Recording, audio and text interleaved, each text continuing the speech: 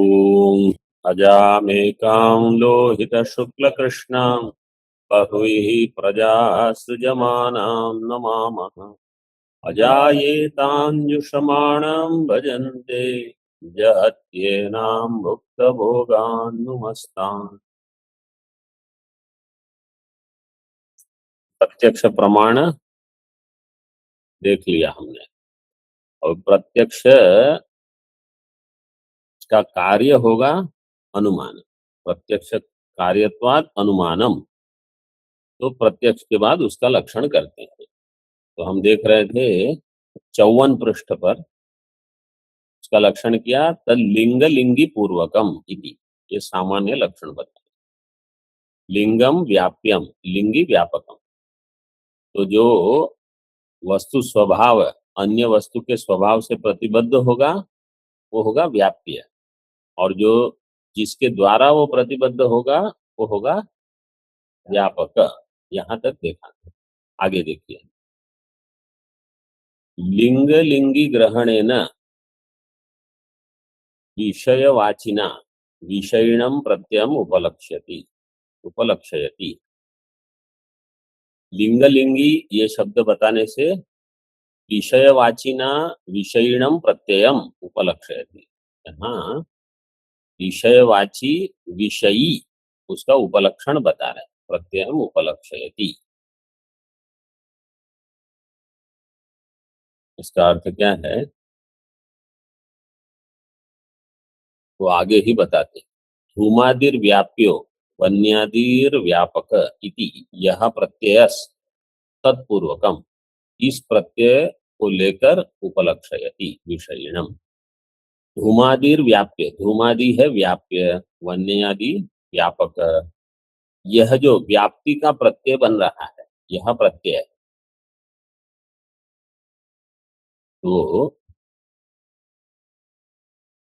लिंग और लिंगी इसमें व्याप्य और व्यापक दो हैं। इससे जो प्रत्यय बन रहा है वो उस विषयी को बता रहे हैं। मतलब लिंग विषय जिसको बता रहा है वो लिंगी विषय, मतलब हेतु और साध्य, इन दो पदार्थों को बता रहे हैं। मतलब यहाँ क्या कहना चाहते हैं, धूम और वन्नी इनको नहीं लेना। धूम ज्ञान और वन्नी ज्ञान को लेना। क्योंकि हम जब कहते हैं वन्नी का ज्ञान कैसे होगा, धूम से नहीं, धूम ज्ञान से। धूम ज्ञान कारण होगा वन्नी ज्ञान। तो ये बताना चाहते हैं कुल मिलाकर। तो धूम लिंगलिंगी के ग्रहण से विषयवाचिना विषयिणम प्रत्ययम, उसका जो प्रत्यय, प्रत्यय मतलब ज्ञान, उस विषयी का जो प्रत्यय है उसका ये उपलक्षण होगा। तो ये तो मतलब आप लोगों ने तर्क संग्रह में अच्छे से घोट लिया है कि धूम कारण है कि वन्नी कारण है। तो ये प्रश्न नहीं होगा, क्योंकि हेतु शब्द कारण में प्रयोग होता है। तो धूम कारण नहीं है। कारण क्या है, धूम ज्ञान। धूम ज्ञान कारण है वन्य ज्ञान के प्रति। तो धूमादिर व्याप्यो वन्यादिर व्यापक इति यह प्रत्यय है। ये जो प्रत्यय है ये ज्ञान है, तत्पूर्वक वन्य ज्ञान होगा। लिंगी ग्रहणम चावर्तनीयम। लिंगी शब्द जो है उसकी आवृत्ति करनी पड़ेगी आपको। आवर्तनीयम का अर्थ है उसको 2 बार गिनो। तो लक्षण क्या क्या है, तत्लिंग लिंगी पूर्वकम। तो यहाँ आचार्य कहते हैं इसको क्या पढ़ेंगे, तत्लिंग लिंगी लिंगी पूर्वकम। ऐसे इसको अगर आपको देखना है तो 55 पृष्ठ पे देखिए, समाधान जो दिया है लिंगी ग्रहणम, इसमें द्वितीय पंक्ति देखिए, तथा ही लिंगी च ते लिंगिनी, लिंगन च लिंगिनी च तानी लिंग लिंगिनी। लिंगिनी द्विवचन किया, लिंग लिंगिनी लिंगिनी, ठीक है। लिंगी लिंगिनी लिंगिनी, तो लिंगी एक वचन, लिंगिनी द्विवचन, और उसका समास कर दिया लिंग के साथ, तो लिंग लिंगिनी तीन हो गए तत्पूर्वक। अभी यहाँ देखिए, वहां अभी आपके पुस्तक में तो नहीं होगा, हाँ। तो अभी तीन चीज क्या दे दी, लिंग, लिंगी और लिंगी, ठीक है। लिंगी को दो बार ले, पहला लिंग है, यह है व्याप्य। द्वितीय लिंगी मतलब द्वितीय जो पदार्थ है वो है लिंगी, इसको लेंगे व्यापक। क्यों? क्योंकि वहां लिंग है, लिंगम अस्य अस्ति इति लिंगी, अगर ये व्याप्ति करेंगे तो इसका लिंग है, इसलिए ये लिंगी संज्ञा इसको प्राप्त हो जाएगी, वन्य में धूम है। और तृतीय लिंगी होगा पर्वत, जहां धूम लिंग है। तो पहले दो व्याप्ति बताएंगे, और तृतीय जो है वो पक्ष धर्मता बता देगा, पर्वत में धूम। तो इसलिए आवृत्ति करा रहे हैं। देखिए, लिंगी ग्रहणम च आवर्तनीयम, तेन च लिंगम अस्य अस्ति इति पक्षधर्मता ज्ञानम अपि दर्शितम भवति।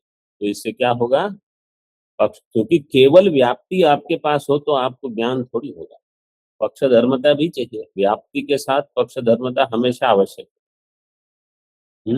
व्याप्ति विशिष्ट पक्ष धर्मता ज्ञान, तो इसलिए व्याप्ति दे दी और पक्ष धर्मता भी बता दी। तो लिंगम अस्य अस्ति इति पक्ष धर्मता ज्ञानम अपि दर्शितम भवति। तो लिंगी शब्द से दोनों ले सकते हैं, व्यापक भी, पहले उत्तर आया था एक बार, व्यापक भी और पक्ष, लेकिन पहले व्यापक फिर पक्ष धर्मता, ऐसे। तद व्याप्य व्यापक भाव पक्ष धर्मता ज्ञान पूर्वकम अनुमानम इति अनुमान सामान्यम लक्ष्य। तो इसलिए व्याप्य व्यापक भाव और पक्ष धर्मता ज्ञान पूर्वक जो अनुमान होगा, ये अनुमान का सामान्य लक्षण हो गया, तो इति अनुमान सामान्यम लक्षितम। आगे अनुमान विशेषान तत्रांतर लक्षितान अभिमतान स्मारयति। अभी अनुमान विशेष तीन है, तो इसी में अंतर्गत है, उसका स्मरण कराते हैं। त्रिविधम अनुमानम आख्यातम इति, तीन प्रकार का अनुमान। तत्सामान्य तो लक्षितम अनुमानम विशेषतः त्रिविधम, सामान्य प्रकार से जो लक्षित अनुमान है विशेषतः त्रिविधम, पूर्ववत शेषवत सामान्य तो दृष्टंच इति। पूर्ववत शेषवत और सामान्य तो दृष्ट।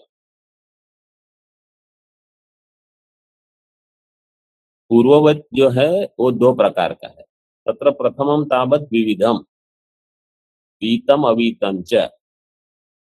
प्रथम क्या है, पूर्ववत, पूर्ववत के दो भाग करते हैं, दो प्रकार का है, वीतम और अवीतम। अन्वय मुखेन प्रवर्तमानम विधायकम वीतम, व्यतिरेक मुखेन प्रवर्तमानम निषेधकम अवीतम। ये अवीत शब्द सुना है कहीं?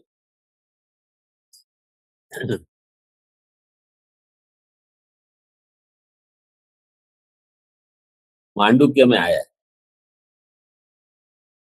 अलात शांति प्रकरण, प्रथम श्लोक के दाहिने पृष्ठ पर देखना, प्रथम पंक्ति में भाष्य में आवीत न्याय, अलात शांति प्रकरण आवीत न्याय से ब्रह्म का प्रतिपादन करता है।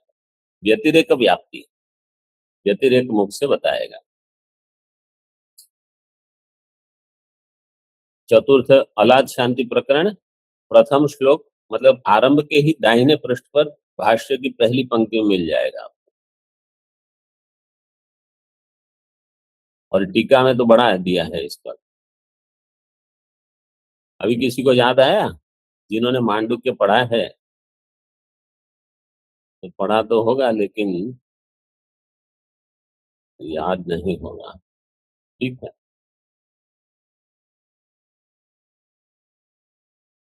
वीतम का अर्थ देखिए, वीतम का अर्थ है वी विशेषण, ईतम, ईतम ज्ञातम। तो वीतम का अर्थ है विशेष प्रकार से ज्ञान। तो वीतम का अर्थ है अन्वय व्याप्ति, व्यतिरेक। अवीतम का अर्थ है व्यतिरेक व्याप्ति। ठीक है। अन्वय, इसमें अन्वय सहचार कैसे बताते हैं? तो साधारण तो यो धूमान स वन्यमान ऐसे बताते हैं, लेकिन केवलान्वयी, केवलान्वयी का अर्थ क्या है?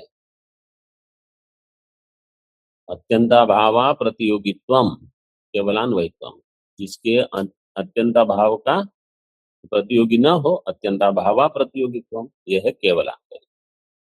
घटो अभिधेय प्रमेयत्वात् घटवत्, ये केवलान्वयी है, क्योंकि सारी पदार्थ कैसे हैं? प्रमेय भी है, अभिधेय भी है। ऐसा कोई पदार्थ नहीं रहेगा जो अभिधेय अथवा प्रमेय न हो। तो ये केवलान्वयी व्याप्ति, इसको वीत कहना। स्वामीजी, वीतः अवगतः, it is given वीतः अवगतः, in टिप्पणी। ऐसे भी हो सकता है। मूल में तो सीधे ही दे दिया है। टिप्पणी कौन से पृष्ठ पर? मांडुक्य फर्स्ट मंत्र, राइट नहीं, से। अच्छा, वो उसको देख लीजिए आप, वहां टीका में दिया है वीत न्याय, तो व्यतिरेक दिया है। वीतन्यायो व्यतिरेक न्यायः। हाँ, व्यतिरेक। हमारे यहाँ तो अभी चल रहा है अलाद शांति, अभी आया था थोड़े समय पहले। तो ये हो गया वीत, अन्वय। और व्यतिरेक, व्यतिरेक के लिए दृष्टांत क्या है? पृथ्वी इतरेभ्यो विद्यते अथवा भिन्ना गंधवत्वात्। तो यद इतरेभ्यो न विद्यते न तद गंधवत् यथा जलम। तो ये व्यतिरेकी है। पृथ्वी इतरेभ्यो विद्यते, पृथ्वी इतर से भिन्न है। मतलब पृथ्वी इतर मतलब जलादि से, जलादि समझ लेना, जलादि से भिन्न। क्यों? इसमें गंध गुण है, बाकी किसी में गंध गुण नहीं। यदि इतरेभ्यो न विद्यते न तद गंधवत्। तो इतर हो गए, इतर में क्या क्या लेंगे? जलादि 8 और बाकी सब भी ले सकते हैं। सभी पृथ्वी से वो सारे भिन्न हो जाए, क्योंकि लक्षण तो केवल वहीं जाना चाहिए, पृथ्वी में ही जाए। तो ये हो गए वीत और अवीत। व्यतिरेक मुखेन प्रवर्तमानम निषेधकम अवीत, यहाँ तक हो गया। ओम पूर्णमदः पूर्णमिदं पूर्णात् पूर्णमुदच्यते पूर्णस्य पूर्णमादाय पूर्णमेवावशिष्यते। ओम शांति शांति शांति।